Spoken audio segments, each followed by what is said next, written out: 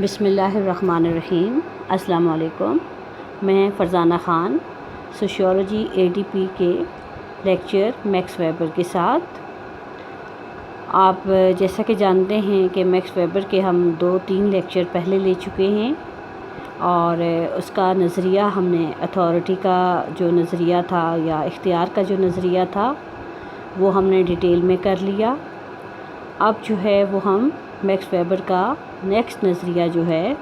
دفتری حکومت کا نظریہ یا تھیوری آف بیوروکریسی، یہ ہم کریں گے۔ تھیوری آف بیوروکریسی جو ہے وہ بہت امپورٹنٹ جو ہے وہ میکس ویبر کا نظریہ ہے، اور اس کو اگر آپ عام ڈیلی لائف میں، اپنی روٹین لائف میں، عام زندگی میں اس کا اگر جائزہ لیں یا مشاہدہ کریں، یا ہمیں جن بھی اداروں سے واسطہ پڑتا ہے وہاں پر اسی نظریے کے ہمیں جو ہے وہ اصول نظر آتے ہیں۔ بلکہ اگر ہم آسان لفظوں میں یہ کہیں کہ دنیا میں کوئی بھی اگر ادارہ ہے، چاہے وہ چھوٹا ہے، چاہے وہ بڑا ہے، چاہے وہ حکومتی ادارہ ہے، غیر حکومتی ہے، سرکاری ہے، جس طرح کا بھی وہ ادارہ ہے، اگر اس میں ہم اس نظریے کے مطابق جو اس کی خصوصیات بتائی گئی ہیں اگر ہم ان کو امپلیمنٹ نہیں کرتے تو اس کا مقصد کیا ہوگا کہ وہ ادارہ چل ہی نہیں پاتا، یا اس میں اتنی زیادہ خرابیاں یا اتنی زیادہ گڑبڑ دیکھنے میں آئے گی کہ وہ جو ہے وہ کام نہیں کر پائے گا، اور اگر وہ کسی طریقے سے اپنا آپ قائم بھی رکھتا ہے تو وہ زیادہ عرصہ قائم نہیں رہ پائے گا، اور اپنے ان ایفیکٹونیس کی وجہ سے جو ہے وہ لوگوں کے کسی کام نہیں آ پائے گا۔ اب ہم دیکھتے ہیں کہ بیوروکریسی کی جو ہے وہ تعریف کیا ہے، کہ درجہ دار تنظیم کی وہ قسم ہے جس میں بہت سے لوگوں کے کام کو عقل کے ذریعے ترتیب دیا جاتا ہے، جو وسیع پیمانے پر انتظامی امور کے حصول کے لیے انجام دیتے ہیں۔ اس میں اب آپ خود دیکھیں کہ عقل کے ذریعے، یعنی کہ سوچ سمجھ کر پوری پراپر پلاننگ کے ساتھ مختلف لوگوں کو ان کے درجوں کے لحاظ سے، ان کے کاموں کی تقسیم کے لحاظ سے، کہ آپ دیکھیں کہ دنیا میں بے شمار ادارے ہیں اور ہر طرح کے ادارے ہیں، اور بہت سے، اب ایک ادارے میں ایک شخص تو کام کرتا نہیں ہے، جتنے بھی لوگ ہیں، چاہے وہ 6 لوگ ہیں، چاہے وہ 4 لوگ ہیں، چاہے وہ 100 لوگ ہیں، چاہے وہ جو ہے وہ ہزاروں کی تعداد میں ہیں، لاکھوں کی تعداد میں ہیں، ان سب کو جو بھی ان کے کام ہوتے ہیں ان کے مطابق جو ہے ان کے کاموں کی تقسیم کی جاتی ہے، ان کو ترتیب دی جاتی ہے، اور پھر وسیع پیمانے پر جو ہیں وہ انتظامی امور ہیں ان کو چلایا جاتا ہے۔ اب انتظامی امور آپ دیکھیں کہ یہاں پر پھر ہم بات کرتے ہیں ایک اپنے سب سے چھوٹے یونٹ کی، یا آسان یونٹ کہہ لیں، سادہ یونٹ کہہ لیں، گھر ہے جو آپ کا، کتنا چھوٹا سا یونٹ ہے، جس میں میرے خیال میں دنیا میں اگر کہیں ہم کہیں کہ سنسیئر لوگ کہاں بستے ہیں، یا ایسے لوگ جہاں جو ایک دوسرے کے لیے سنسیئر ہوں، یا ایک دوسرے کے لیے، آپ دیکھیں کہ گھروں میں ہم ماں باپ، بچے، بہن بھائی ایک دوسرے پر کس طرح سے جو ہے وہ جان قربان کرنے کے لیے ہر وقت تیار رہتے ہیں۔ مطلب اس قسم کی جو ایسوسیشن ہے، اس قسم کا جو ریلیشن شپ ہے، اس قسم کا جو سیکریفائز کرنے کا جو ایک جذبہ ہوتا ہے، یا ایک فیلنگز ہوتی ہیں جو ہمیں جوڑے رکھتی ہیں، وہ ہمیں کسی اور ادارے میں نہیں نظر آتی۔ لیکن اس میں یہ تمام چیزیں جو گاڈ گفٹڈ ہیں، جو فطری ہیں، جس میں بلڈ ریلیشن بھی انوالو ہے، اس میں بھی اگر انتظامی امور کو صحیح طریقے سے نہ چلایا جائے، اپنے گھروں کے نظام کو ٹھیک نہ کیا جائے، اور اپنی روٹین کو صحیح نہ کیا جائے، تو ہم وہ رزلٹس حاصل نہیں کر سکتے کہ جو ہمیں کرنے چاہیے. تو اس لیے انتظامی امور کو اہلیت کے مطابق، قابلیت کے مطابق ڈویژن جو ہے وہ سب سے امپورٹنٹ ہوتی ہے کہ کس میں کتنی صلاحیت ہے. تو دفتروں میں انتظامی امور کی تقسیم کے لیے تو ہم کوالیفیکیشن، سکلز اور ایکسپیرینس، یہ سب چیزیں بھی دیکھتے ہیں. عمرانیات کے ماہرین اس تصور کو ایک مخصوص ساخت کے لیے استعمال کرتے ہیں جس میں بہت سے لوگوں کو باہمی طور پر منظم کیا جاتا ہے. اس میں سرخ فیتے اور نااہلیت کو مسترد کر دیا جاتا ہے کہ یعنی کہ جب ہم کاموں کی تقسیم عقل کے مطابق کریں گے، اور ایک تو ہے کہ تقسیم کرنے والے کی عقل ہے، دوسرا ہے ان درجوں پر کام کرنے والے لوگوں کی قابلیت اور اہلیت ہے کہ وہ لوگ اس جگہ پر جو ہے وہ اپنی قابلیت اور اہلیت کے مطابق کام کریں گے، نہ کہ اقربا پروری کی وجہ سے یا کسی گورنمنٹ آفیسر کے کہنے پر یا کسی بھی کی بھی سفارش کی وجہ سے جو انہیں مقام ملتا ہے وہ اس پر کام نہیں کر سکیں گے. میکس ویبر نے سرکاری دفاتر کی کارکردگی کا انداز اس طرح بیان کیا ہے کہ ہمیں اس بیوروکریسی کی پوری طرح سے سمجھ آ جاتی ہے کہ وہ کتنی امپورٹنٹ ہے یا اس میں کن کن چیزوں کو جو ہے وہ دیکھا جاتا ہے. سب سے پہلے آپ کے یہ اسکرین پہ جو ہے وہ ڈویژن آف لیبر کا ایک چارٹ سا بنا ہوا آئے گا. آپ اس کو بھی دیکھ لیجئے، یہ آپ کو انٹرسٹنگ بھی لگے گا اور سمجھنے میں بھی آپ کی مدد کرے گا. اس میں جو ہم اس کی خصوصیات پڑھیں گے وہ اس کے اندر آتی چلی جائیں گی. ٹھیک ہے کہ اور پھر ہم اس کو بیوروکریسی کی جو تمام باقی خصوصیات ہیں اس کو بھی ہم ساتھ دیکھتے چلے جاتے ہیں. دفتری حکومت کی خصوصیات میں پہلا ہے قوانین و ضوابط. بیوروکریسی کا قانون و ضوابط کے گرد گھومتی ہے. دفتری معاملات، کاموں کی ترتیب، طریقہ اور معاملات سارے انہی قوانین کے تحت طے پاتے ہیں کہ کوئی بھی ادارہ ہے، کوئی بھی آرگنائزیشن ہے، اس میں سب سے امپورٹنٹ چیز کیا ہے کہ قانون اور ضوابط جو اس میں موجود ہوتے ہیں. دفتری معاملات ہیں، کاموں کی ترتیب ہے، طریقہ ہے، دوسرے معاملات سارے انہی قوانین کے تحت طے پاتے ہیں. افراد پر قوانین و ضوابط کا اطلاق ہوتا ہے. اب نہ صرف جو دفتری معاملات ہیں وہ ایک ترتیب کے ساتھ، ایک قانون کے ساتھ کام لوگوں سے لیا جاتا ہے، لوگ کام کرتے ہیں، لوگ ان قوانین کو فالو کرتے ہیں، ان آرگنائزیشنز کو کامیاب بناتے ہیں. اور دوسری طرف جو ہے جو دوسرے لوگ ہیں جو ان اداروں سے فائدہ اٹھاتے ہیں یا ان کے کام یہاں پر جو ہے وہ انجام پاتے ہیں اور وہ اپنے کاموں کو پورا کرتے ہیں یا اپنے کاموں کو جو بھی ان کا طریقہ کار ہوتا ہے اس کو بھی قانون کے دائروں میں اور قوانینی ضوابط کے تحت جو ہے وہ کیا جاتا ہے. جیسے دفتر کے آنے جانے کے اوقات ہیں، فیس جمع کروانے کے قاعدے ہیں، امتحانات دینے کے ضوابط ہیں. اب یہ وہ 3-4 آسان چیزیں آپ کے سامنے گنی گئی ہیں کہ جن کا آپ کے ڈیلی لائف میں آپ کا واسطہ پڑتا ہے کہ آپ کوئی بھی آفس دیکھ لیں، کوئی بھی آرگنائزیشن دیکھ لیں، اس میں قوانین کی جو ہے وہ پابندی کی جاتی ہے. اس میں قوانین کے مطابق جو ہے وہ آفس ایک مقرر ٹائم پر کام کرنا شروع کرتا ہے اور ایک مخصوص ٹائم پر بند ہوتا ہے. پھر آپ کی دیکھیں اسٹوڈنٹ ہیں تو ہم اسی لحاظ سے بات کریں گے کہ آپ اپنی جو فیس اگر ٹائم پر نہیں جمع کرواتے تو کس طریقے سے اس کے ساتھ فائن لگ جاتا ہے، یا کس طریقے سے کتنا عرصہ نہیں کرواتے تو. اور پھر یہ صرف یہ کہ وہ آپ کی فیس صرف ایک اکیلی کچھ 100 کچھ ہزاروں میں نہیں ہوتی، بلکہ اس کی وجہ سے آگے کتنے کاموں کو وہ جو چیز اگر ہم ٹائم پہ نہیں کرتے تو ڈسٹرب کرتی ہے. اسی طرح آپ کے امتحانات دینے کے قواعد و ضوابط ہیں کہ اگر آپ امتحانات ٹائم پر نہیں دیتے، پراپر تیاری کے ساتھ نہیں دیتے، تو کس طریقے سے زندگی جو ہے وہ متاثر ہوتی چلی جاتی ہے۔ پھر ہے تقسیم کار اور تخصیص کار ہے۔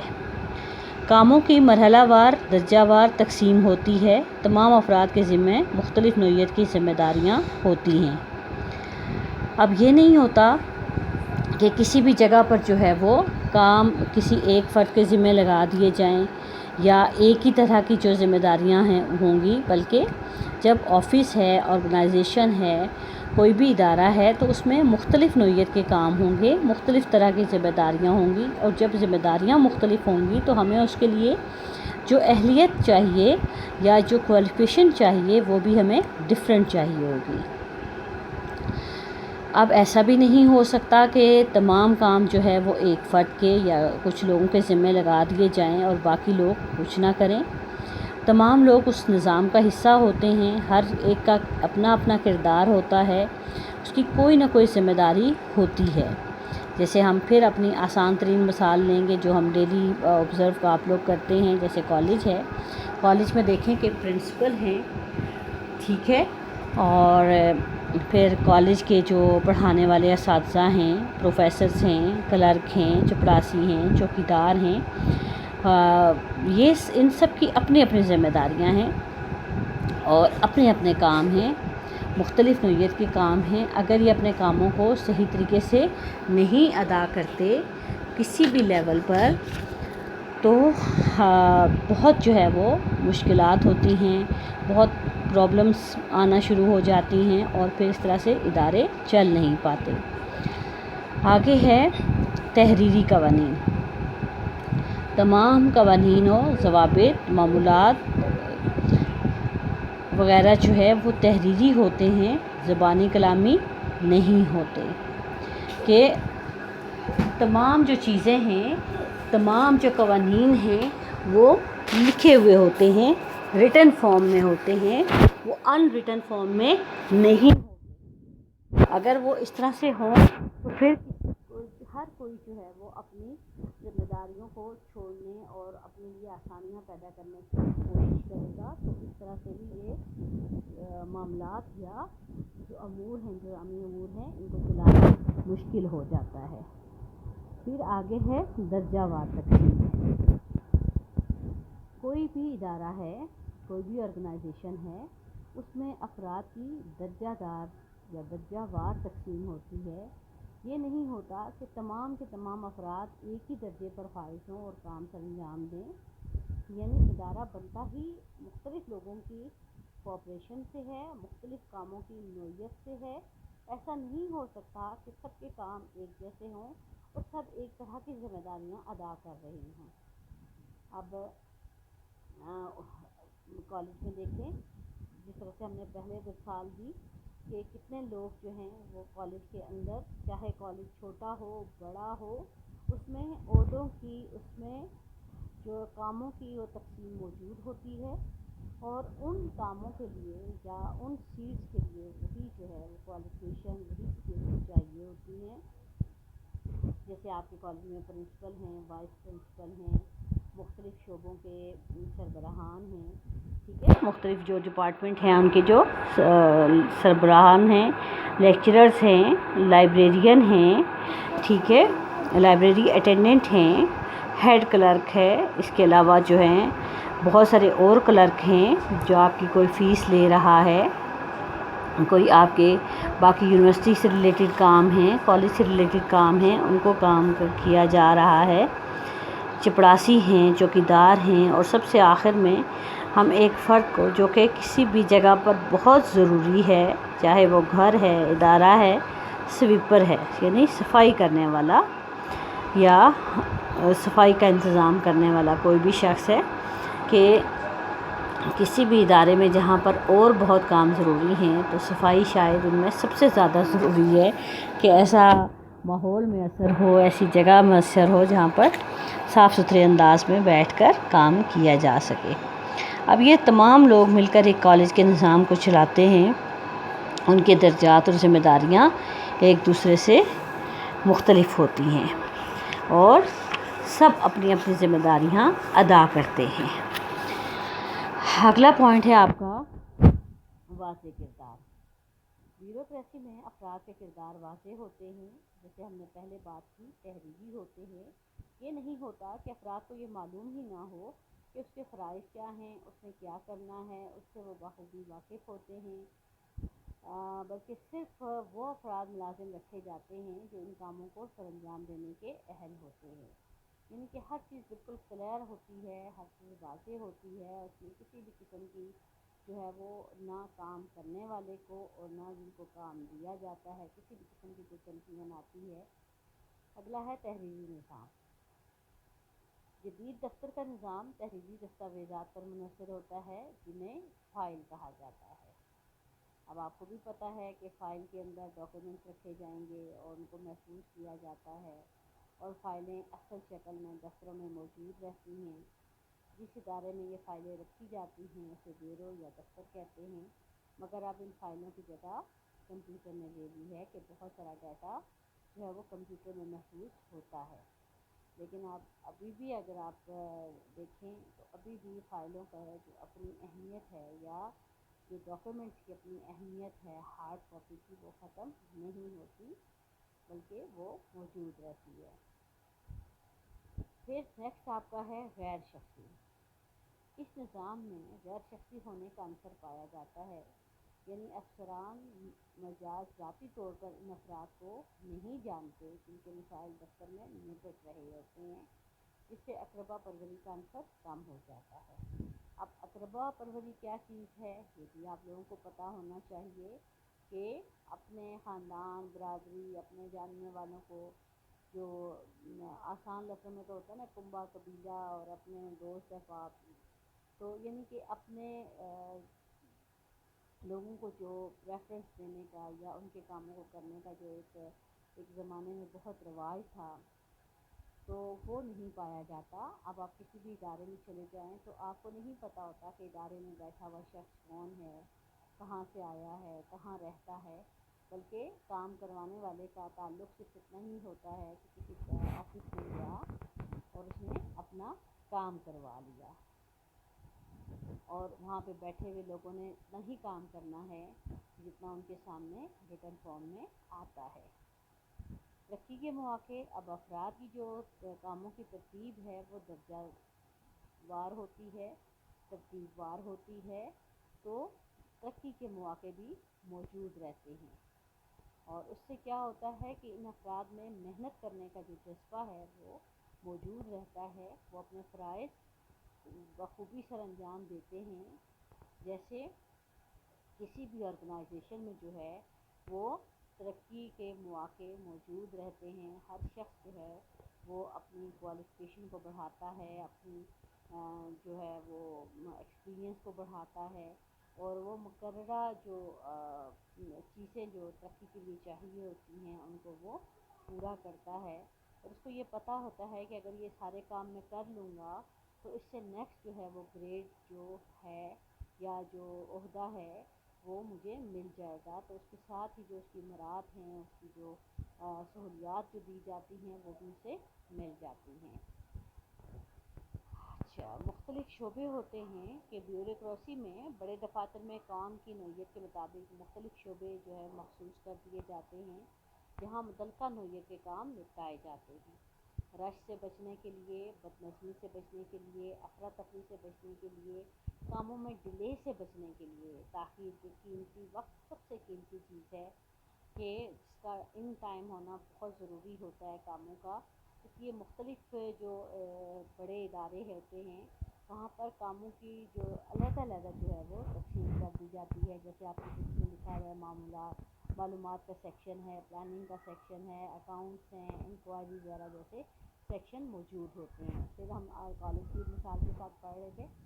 تو اس میں بھی آپ دیکھیں کہ جب آپ فارم لینے آتے ہیں، ایڈمیشن فارم، وہ آپ کو کہیں اور سے مل رہا ہے، جمع آپ نے کہیں اور کروانا ہوتا ہے، ایڈمیشن کرنے والے لوگ اور ہوتے ہیں، پھر جو فیس دینے والے لوگ اور ہوتے ہیں، مطلب کہ ہر ایک جگہ پر مختلف، چاہے وہ ادارہ بڑا ہے چھوٹا ہے، کاموں کی اس میں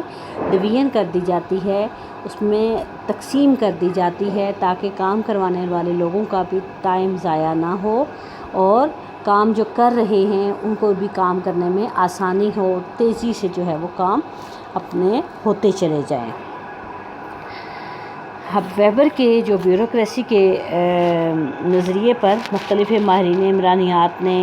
اس کی تائید بھی کی ہے اور تنقید بھی کی ہے، اور اسی طرح سے اس کے فائدے نقصانات بھی موجود ہوتے ہیں کہ آپ اپنی بک کو دیکھیں۔ بیوروکریسی کے نتائج ہیں معاشی و معاشرتی اختلافات میں کمی ہوئی ہے کہ جب اداروں کا نظام پوری طرح سے سیٹل ہو گیا، اداروں کے اندر کام کرنے والے لوگوں کا تقسیم ہو گئی، تو تمام جو معاشی اور معاشرتی اختلافات تھے وہ آٹومیٹکلی ختم ہوئے۔ درجوں کے اختلافات میں اضافہ ہوا، لیکن لوگوں کا جیسے گریڈ ہو گئے، اگلے اسٹیپ پر جو ترقی ہے اس کی وجہ سے جو ہے وہ اختلافات جو ہے وہ زیادہ ہوتے چلے گئے۔ بیوروکریسی جمہوریت میں تصادم پیدا ہوا کہ اب آپ دیکھیں کہ جمہوریت بالکل اور نظام ہے جس میں لوگوں کو منتخب کیا جاتا ہے، ووٹ دیے جاتے ہیں اور کوئی بھی شخص جو ہے وہ منتخب ہو سکتا ہے۔ اب لوگ جن کو منتخب کرتے ہیں ان کی جو خصوصیات ہیں، خوبیاں ہیں، وہ ڈیفرنٹ ہیں، لیکن بیوروکریسی میں اداروں میں چلنے کے لیے بالکل مختلف خصوصیات ہوتی ہیں۔ تو اگر ہم یہ کہیں کہ یہ دونوں نظام ایک دوسرے کے اپوزٹ ہیں تب بھی ہم غلط نہیں کہیں گے۔ سرمایہ کاری میں اضافہ ہوا کہ جب اداروں کے اندر کاموں کی ترتیب ہو گئی، تقسیم ہو گئی اور ادارے صحیح طریقے سے چلنا شروع ہو گئے تو آٹومیٹکلی جو ہے وہ سرمایہ کاری میں اضافہ ہوا۔ لوگوں کو یہ سمجھ آ گئی کہ اب ہمارا سرمایہ محفوظ ہے، اور وہ شش و پنج میں سے نکلنے جب لگے، جب جس زمانے میں یہ نظریہ دیا گیا یا جب اپلائی ہونا شروع ہوا اس زمانے میں کچھ حالات اس قسم کے ہوئے ہوں گے۔ اب تو ہر چیز سیٹلڈ ہے، اسٹیبلشڈ ہے۔ تعلیمی اور مذہبی اداروں میں عقل و دانش کا کہ جو بھی تعلیمی ادارے ہیں، مذہبی ادارے ہیں، ہر شخص نے اپنی جو ہے وہ اہلیت کو بڑھانے کی کوشش کی، اور اتنے زیادہ لوگ جو ہے وہ پڑھے لکھے اور ایکسپیرینس لوگ ہوتے ہیں کہ ہر شخص یہ چاہتا ہے کہ میں دوسرے سے آگے بڑھتا چلا جاؤں۔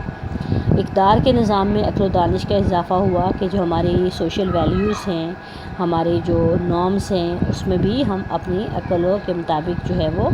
اضافہ کرتے چلے گئے۔ میکس ویبر کہتا ہے کہ بیوروکریسی والا معاشرہ غیر شخصی ہوتا ہے، یعنی کہ اس میں کاموں کو امپورٹنس دی جاتی ہے اور